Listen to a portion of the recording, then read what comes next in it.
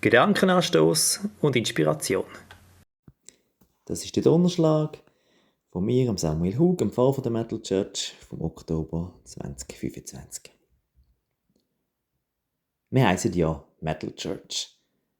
Doch wie ist das eigentlich, das Verhältnis zwischen dem Metal und der Church? Was steht bei uns im Zentrum? Der Metal oder die Kirche? Die Antwort ist kurz. Weder noch. Weder noch. Im Zentrum steht nicht der Metal und auch nicht die Kirche, sondern Jesus Christus. Das steht nicht nur als erster Punkt unserer Wert, dass Jesus im Zentrum steht, sondern das ist wirklich die Mitte der Metal Church. Jesus verkörpert alles, was der Metal in seiner besten Form ausmacht.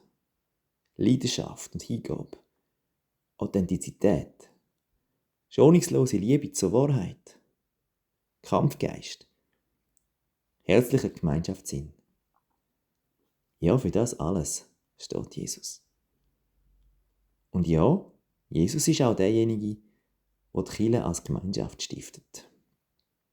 Organisation und Institution sind zwar nötig, doch ohne den lebendigen Christus, der dort dabei ist und die tiefe Verbundenheit schafft, wo 2 oder 3 in seinem Namen zusammen sind, ohne ihn ist die Church keine Church. Dass Jesus Christus im Zentrum der Metal Church steht, das wird auch im Logo sichtbar, wie mir einmal der Kevin Mühlheim, ein Urgestein unserer Community, erklärt hat. 5 Buchstaben vorne, 5 Buchstaben hinten und im 11. Buchstaben in der Mitte das Kreuz. Jesus steht im Zentrum der Metal Church.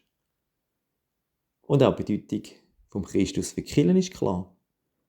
Church fängt mit C an und hört mit H auf. CH. Christus rahmt unsere Gemeinschaft wie ein Plattencover. Und natürlich ist der Metal auch wichtig. Er ist das Vorzeichen, unter dem wir Kirche leben. Metal Church. Wie eine klingende Glocke aus Gusseisen ruft uns der Metal als Metalheads zusammen. Metal ist Kultur, die Art, wie wir feiern, arbeiten, singen und denken. Aber Metal ist nicht das Zentrum der Metal Church. Metal ist das Vorzeichen, das für uns persönlich wichtig ist, das, wo uns in unserer Geschaffenheit ernst nimmt. Gott hat uns ja verschiedene Persönlichkeiten und Geschmäcker gegeben. Und es ist gut und wichtig, dass wir die Aspekte von der Schöpfung als Kirche wirklich ernst nehmen. Sie sind der Schlüssel zu den Herzen von uns Menschen. Das ist in der Vergangenheit, jedenfalls von unserer reformierten Kirche, viel zu wenig beachtet worden.